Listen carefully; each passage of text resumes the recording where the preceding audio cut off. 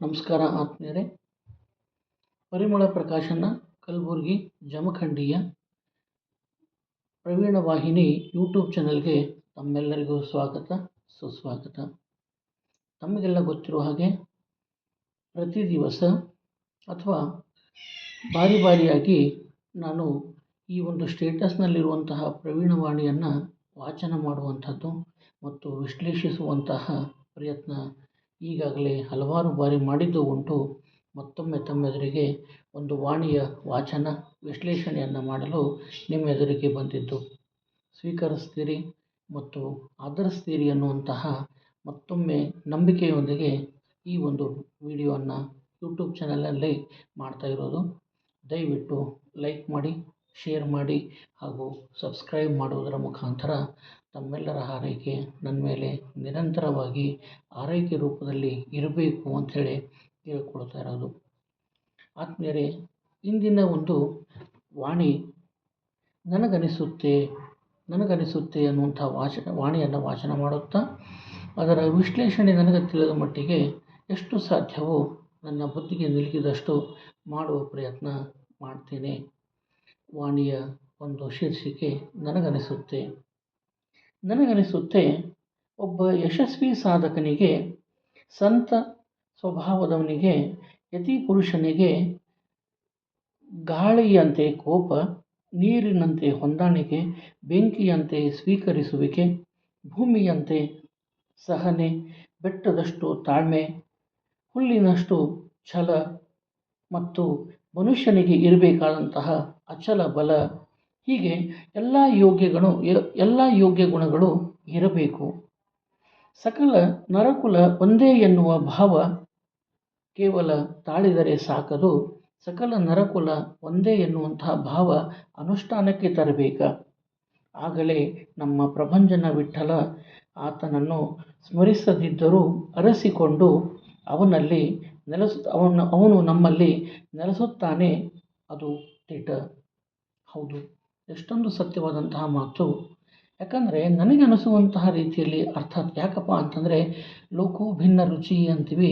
ಆ ಪ್ರಭಂಜನ ವಿಠ್ಠಲ ಬಂದು ಏನಪ್ಪ ಅಂದರೆ ನಾವು ಸ್ಮರಿಸಿದರೂ ಬರದಂಥವನು ಅರಸಿಕೊಂಡು ನಮ್ಮಲ್ಲಿ ಬಂದು ನೆಲೆಸುತ್ತಾನೆ ಅಂತಂದರೆ ನಮ್ಮಲ್ಲಿ ಕೆಲವು ಪ್ರಮುಖ ಗುಣಗಳು ಅಲ್ಲಿ ಇರಲೇಬೇಕು ಅನ್ನುವಂತಹ ಒಂದು ನನ್ನ ಅಭಿಪ್ರಾಯ. ಆ ನಿಟ್ಟಿನಲ್ಲಿ ಹೇಳ್ತಾ ಇರೋದು. ಹೌದಪ್ಪ, ನನಗೆ ಅನಿಸುವಂಥದ್ದು ಏನಪ್ಪ ಅಂದ್ರೆ, ಒಬ್ಬ ಯಶಸ್ವಿ ಸಾಧಕನಾಗಬೇಕಾದ್ರೆ, ಸಂತ ಸ್ವಭಾವ ಇರುವಂತಾಗಬೇಕನಾದರೆ ಒಬ್ಬ ಸಂತನಿಗೆ ಇರಬೇಕಾದಂಥದ್ದು ಮತ್ತು ಯತಿಪುರುಷನಾದವನಿಗೆ ಬೇಕಾದಂಥದ್ದು ಏನಪ್ಪ ಅಂತಂದರೆ, ಯಾವುದೇ ಗುಣಗಳು ಇರಲಿ ಬಿರದಿರಲಿ, ಆದರೆ ಇಂತಹ ಕನಿಷ್ಠ ಗುಣಗಳಾದರೂ ಅವನಲ್ಲಿ ಇರಬೇಕು ಅಂಥೇಳಿ. ಎಂತಹ ಗುಣಗಳಿದ್ದಂದರೆ ಆತ ಒಬ್ಬ ಏನಪ್ಪ ಅಂದರೆ ಯಶಸ್ವಿ ಸಾಧಕನಾಗಲಿಕ್ಕೆ ಸಾಧ್ಯ, ಸಂತ ಸ್ವಭಾವವನ್ನು ತಾಳಲಿಕ್ಕೆ ಸಾಧ್ಯ ಮತ್ತು ಯತಿ ಪುರುಷನಾಗಲಿಕ್ಕೆ ಯೋಗ್ಯ ಆಗಲಿಕ್ಕೆ ಸಾಧ್ಯ ಅನ್ನುವಂತಹ ಅಭಿಪ್ರಾಯದ ನುಡಿಯಲ್ಲಿ ನಾವು ಹೋದಾಗ ಎಂತಹ ಮುಖ್ಯ ಗುಣಗಳು ನಮ್ಮಲ್ಲಿ ಇರಬೇಕಂತಂದರೆ, ಗಾಳಿಯಂತೆ ಕೋಪ. ಯಾವ ರೀತಿ ಗಾಳಿ ಏನಪ್ಪ ಅಂದ್ರೆ ನಿರಂತರ ನಿಲ್ಲದಂತೆ ಅದು ನಿರಂತರ ಚಲಿಸ್ತಾನೆ ಇರ್ತದೆ, ತಟಸ್ಥವಾಗಿ ಉಳಿಯದೆ ಚಲಿಸುವಂತಹ ಗುಣ ಹೇಗೆ ಇರ್ತದೆ, ನಮ್ಮಲ್ಲಿಯೂ ಕೋಪ ಕೂಡ ಕೇವಲ ಕ್ಷಣಿಕವಾಗಿರಬೇಕು. ಮರುಕ್ಷಣ ಕೋಪರಹಿತವಾಗಿ ಶಾಂತರಾಗಿ ಇರುವಂತಹ ಒಂದು ಗುಣವನ್ನು ನಾವು ತಾಳಬೇಕಾಗ್ತದೆ. ಅದೇ ರೀತಿ ಯಾವ ರೀತಿ ಗಾಳಿಯಂತೆ ಕೋಪ ಇರ್ತದೆ, ತಟಸ್ಥವಾಗಿರದೆ ಕೆಲವೇ ಕ್ಷಣಗಳಲ್ಲಿ ಏನಪ್ಪ ಅಂತಂದರೆ ಕರಗಿ ನೀರಾಗಬೇಕು. ಅದೇ ರೀತಿ ಇನ್ನೊಂದು ಗುಣ ಏನಪ್ಪ ಅಂತಂದರೆ ನೀರಿನಂತೆ ಹೊಂದಾಣಿಕೆ ಗುಣವನ್ನು ಹೊಂದಿರಬೇಕಾಗ್ತದೆ. ಯಾಕಂದರೆ ಈ ಜಗತ್ತು ಏನಪ್ಪ ಅಂದ್ರೆ ನಾನಾ ರೀತಿಯ ಗುಣಗಳಿಂದ, ನಾನಾ ಸ್ವಭಾವದವರಿಂದ ಈ ಜಗತ್ತು ನಿರ್ಮಾಣ ಆಗ್ಯದ. ಹೀಗಾಗಿ ಏನಪ್ಪ ಅಂತಂದರೆ ನಾವೇ ಅಪೇಕ್ಷಿಸಿದಂತೆ ನಮಗೆ ಎಲ್ಲರೂ ಸಿಗಲಿಕ್ಕೆ ಸಾಧ್ಯನೇ ಇಲ್ಲ. ನಮಗೆ ಸಿಗುವಂಥವರು ಏನಪ್ಪ ಅಂದರೆ ವಿಭಿನ್ನವಾದಂತಹ ವ್ಯಕ್ತಿತ್ವದವರು ಮತ್ತು ಬೇರೆ ಬೇರೆ ಯೋಜನಾ ಏನಪ್ಪ ಅಂದರೆ ಶೈಲಿಯವರು ಸಿಗ್ತಾರೆ. ಮತ್ತು ಹಾಗಂದರೆ ಅವರ ಒಂದು ಗುರಿ ಕೂಡ ಬೇರೆಯಾಗಿರ್ತದೆ, ಅವರು ನಮ್ಮಿಂದ ಅಪೇಕ್ಷೆ ಮಾಡ್ಬೋದು ಕೂಡ ಬೇರೆಯಾಗಿರ್ತದೆ. ಹೀಗೆ ಹಲವು ಬೇರೆ ಬೇರೆ ರೀತಿಯ ಬೇರೆ ಬೇರೆ ಗುಣಗಳನ್ನು ಉಳ್ಳಂಥವರಿದ್ದಾಗ ನಾವು ಅಂದರೆ ಅವರನ್ನು ಹೊಂದಾಣಿಕೆಯನ್ನು ಮಾಡಿಕೊಂಡು ಹೋಗಬೇಕೇ ವಿನಃ ಅವರು ನಮ್ಮಲ್ಲಿ ಏನಪ್ಪ ಅಂದರೆ ಬಂದು ನಮ್ಮನ್ನು ಹೊಂದಾಣಿಕೆ ಮಾಡಿಕೊಳ್ತಾರೆ ಅನ್ನೋದನ್ನು ಆ ಅಪೇಕ್ಷೆ ನಮ್ಮಲ್ಲಿ ಇರಬಾರ್ದ. ಎಲ್ಲರಲ್ಲಿಯೂ ಕೂಡ ಸೇರಿ ಎಲ್ಲರಲ್ಲಿಯೂ ಒಂದಾಗಿ ನಾವು ಕೂಡ ಏನಪ್ಪ ಅಂದರೆ ಅವರ ಜೊತೆಗೆ ವಿಲೀನವಾಗುವಂತಹ ನೀರಿಗೆ ಯಾವ ರೀತಿ ನೀರು ಏನಪ್ಪ ಅಂದರೆ ತನ್ನಲ್ಲಿ ಎಲ್ಲವನ್ನ ಕರಗಿಸಿಕೊಳ್ಳುವಂಥ ಗುಣವನ್ನು ಹೊಂದಿರ್ತದೆ. ಹೌದಾ, ಯೂನಿವರ್ಸಲ್ ಸಾಲ್ವೆಂಟ್ ಅಂತೀವಲ್ಲ, ಆ ರೀತಿ ನೀರಿನ ಗುಣ ನೋಡ್ರಿ, ಅದಕ್ಕೆ ಆಕಾರ ಇಲ್ಲ ಅಂತ ಹೇಳ್ತೀವಿ. ಹೌದಾ, ಒಂದು ಏನಂದರೆ ಗುಂಡನೆಯ ಪಾತ್ರೆಯಲ್ಲಿ ಹಾಕಿದ್ರೆ ಆ ಒಂದು ಏನಂದರೆ ವೃತ್ತದ ಆಕಾರದ ಗುಣವನ್ನು ಒಂದು ಆಕಾರವನ್ನು ಹೊಂದದ.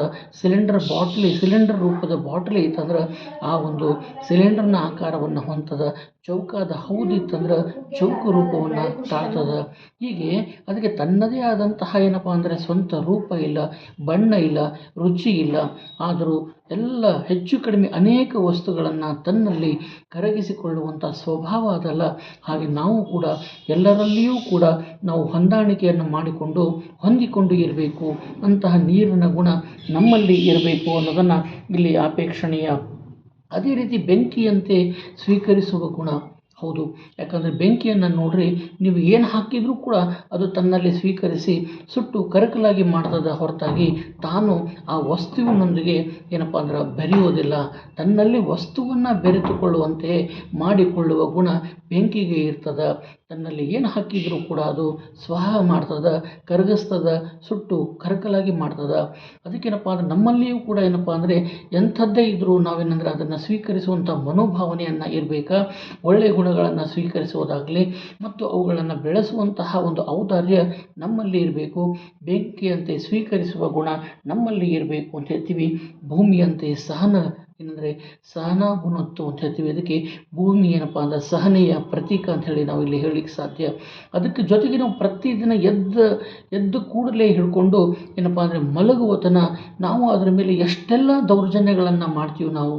ಹೌದಾ, ಆದರೂ ಸಹ ಆ ಭೂಮಿ ಮುನಿಸಿಕೊಳ್ಳದೆ ತನ್ನಲ್ಲಿ ನಮ್ಮನ್ನು ಏನಪ್ಪ ಅಂದರೆ ಒಂದಾಗಿ ಸ್ವೀಕರಿಸಿಕೊಂಡು ಅದು ಎಲ್ಲವನ್ನ ನಮಗೆ ಮರಳಿ ಕೊಡುವಂತಹ ಗುಣವನ್ನು ಅದು ಹೊಂದ್ಯದ. ಅನ್ನ ಕೊಡ್ತದೆ, ಮತ್ತೇನಪ್ಪ ಅಂದ್ರೆ ಧಾತುಗಳನ್ನು ಕೊಡ್ತದೆ, ಲೋಹಗಳನ್ನು ಕೊಡ್ತದೆ, ಬೆಳೆಗಳನ್ನು ಕೊಡ್ತದೆ. ಹೀಗೆ ಒಂದಲ್ಲ ಎರಡಲ್ಲ ಹಲವು ರೀತಿಯಿಂದ ಉಪಕಾರಗಳನ್ನು ಮಾಡ್ತದೆ. ನಾವು ಮಾಡುವ ದೌರ್ಜನ್ಯವನ್ನು ಸಹಿಸ್ತದೆ. ಎಂಥೆಂಥ ಭಾರಗಳನ್ನು ಅದರ ಮೇಲೆ ಹೊರಿಸಿದರೂ ಕೂಡ ಅದು ಏನಂದರೆ ಆ ಭಾರವನ್ನು ಸಹಿಸಿ ನಮ್ಮನ್ನು ಆಭಾರ ಪ್ರಕಟಪಡಿಸುವಂತಹ ಗುಣ ಭೂಮಿಗೆ ಅದ. ಅದಕ್ಕೇನಪ್ಪ ಅಂದ್ರೆ ನಮ್ಮಲ್ಲಿಯೂ ಕೂಡ ಆ ಒಂದು ಸಹನ ಶಕ್ತಿ ಇರಬೇಕು. ತಾಳ್ಮೆ ಅನ್ನೋದು ದೊಡ್ಡದು.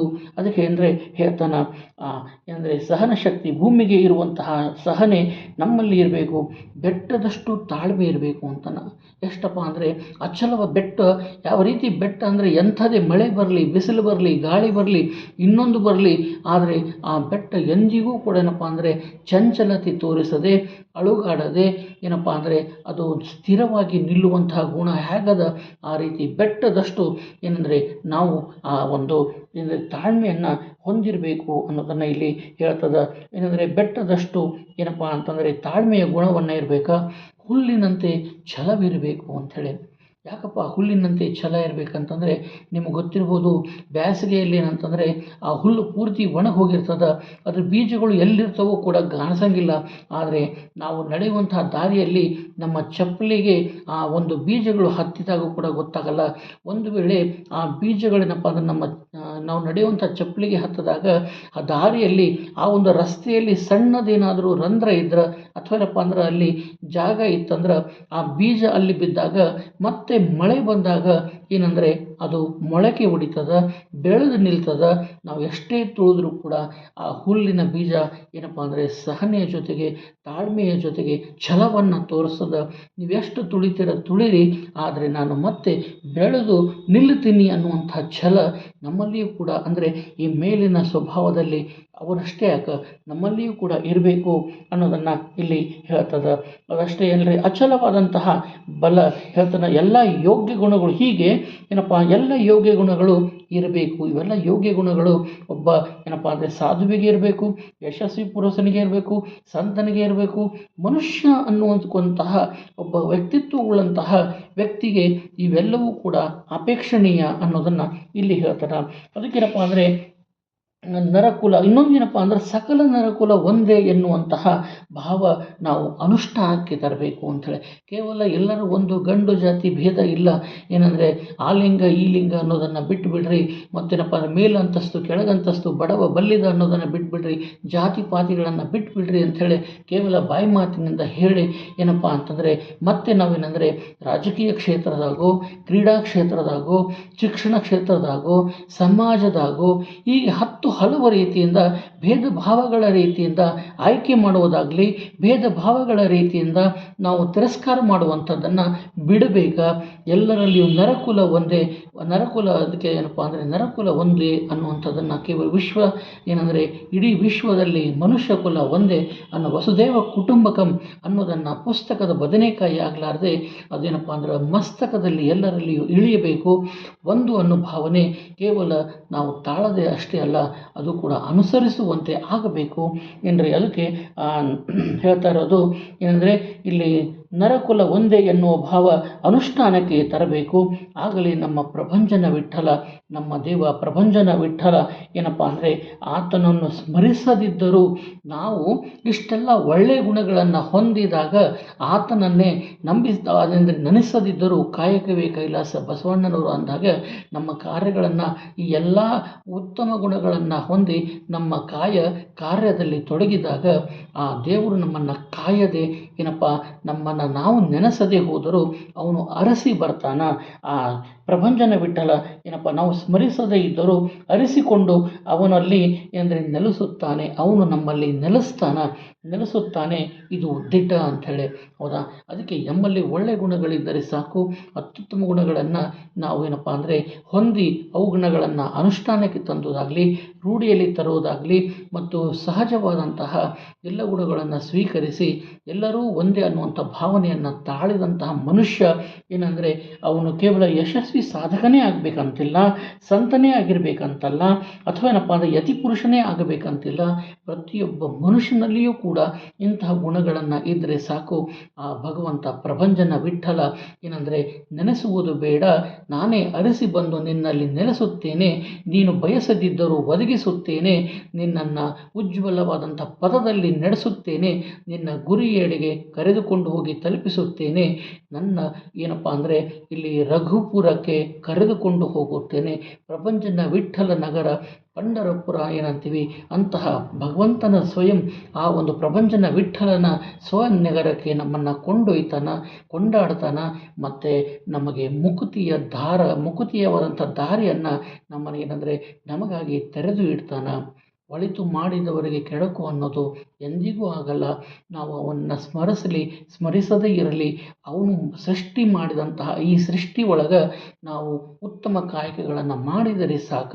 ಅವನು ನಾನು ಈಗಾಗಲೇ ಹೇಳ್ದಂಗೆ ಸ್ಮರಿಸದೇ ಇರು, ನಾನು ಅರಸಿ ಬರುತ್ತೇನೆ, ನಿನ್ನನ್ನು ಅರಸನನ್ನಾಗಿ ಮಾಡುತ್ತೇನೆ ಮತ್ತು ನನ್ನ ಪುರದಲ್ಲಿ ನಿನ್ನನ್ನು ಮೆರೆಸುತ್ತೇನೆ, ನಾನು ನಿನಗೆ ಸದಾ ಏನಪ್ಪ ಅಂದರೆ ಜೊತೆಯಲ್ಲಿ ಇರ್ತೀನಿ ಅನ್ನೋದನ್ನು ನಮ್ಮ ಪ್ರಪಂಚನ ವಿಠ್ಠಲ ಪ್ರತಿ ಘಳಿಗೆ ಪ್ರತಿ ಕ್ಷಣವೂ ನಮ್ಮನ್ನು ಇಂತಹ ಗುಣಗಳನ್ನು ಇರುವಂಥವರನ್ನು ಅವನು ಹುಡುಕ್ತಾ ಇರ್ತಾನ. ಅವರಲ್ಲಿ ಹೋಗಿ ನೆಲೆಸ್ತಾನ ಮತ್ತು ಅವರನ್ನು ತನ್ನ ಪುರದೆಡೆಗೆ ಕರೆದುಕೊಂಡು ಹೋಗ್ತಾನ. ನನಗನ್ನಿಸ್ತದ ಇಂಥ ಗುಣಗಳನ್ನು ಕೇವಲ ಏನಪ್ಪ ಅಂದರೆ ಒಬ್ಬರಲ್ಲಿಯೇ ಅಥವಾ ಕೆಲವರಲ್ಲಿಯೇ ಯಾಕೆ ಮೀಸಲು, ನಾವು ನೀವು ಕೂಡ ಪ್ರಯತ್ನ ಪಟ್ಟು ಅಂಥ ಗುಣಗಳನ್ನು ಉಳಿಸಿಕೊಳ್ಳುವಂಥ ಪ್ರಯತ್ನ ಮಾಡೋಣಲ್ರಿ. ಮುಂದಿನ ಪ್ರವೀಣವಾಣಿಯನ್ನು ವಾಚನ ಮಾಡುವ ತನಕ ನಿಮಗೆ ನಾನು ಇಲ್ಲಿಗೆ ವಿರಾಮವನ್ನು ಹೇಳ್ತಾ ಇದ್ದೇನೆ. ಮತ್ತು ಮುಂದಿನ ಪ್ರವೀಣವಾಣಿಯೊಂದಿಗೆ ನೀವು ಸೇರೋಣಂತ. ಅದಕ್ಕಿಂತ ಮುಂಚೆ ಪ್ರವೀಣ ವಾಹಿನಿ ಯೂಟ್ಯೂಬ್ ಚಾನಲ್ಗೆ ದಯವಿಟ್ಟು ತಾವೆಲ್ಲರೂ ಏನಪ್ಪ ಅಂದರೆ ಶೇರ್ ಮಾಡಬೇಕಾ, ಲೈಕ್ ಮಾಡಬೇಕಾ, ಅದಕ್ಕಿಂತಲೂ ಹೆಚ್ಚು ನೀವು ಸಬ್ಸ್ಕ್ರೈಬ್ ಮಾಡುವುದರ ಮೂಲಕ ನಿಮ್ಮ ಪ್ರವೀಣನನ್ನು ಹಾರೈಸಬೇಕು ಅನ್ನುವಂಥ ಸವಿನಯ ಮನವಿಯೊಂದಿಗೆ ಈಗ ನಿಮ್ಮಿಂದ ಬೀಳ್ಕೊಡ್ತಾ ಇದ್ದೀನಿ. ನಮಸ್ಕಾರ.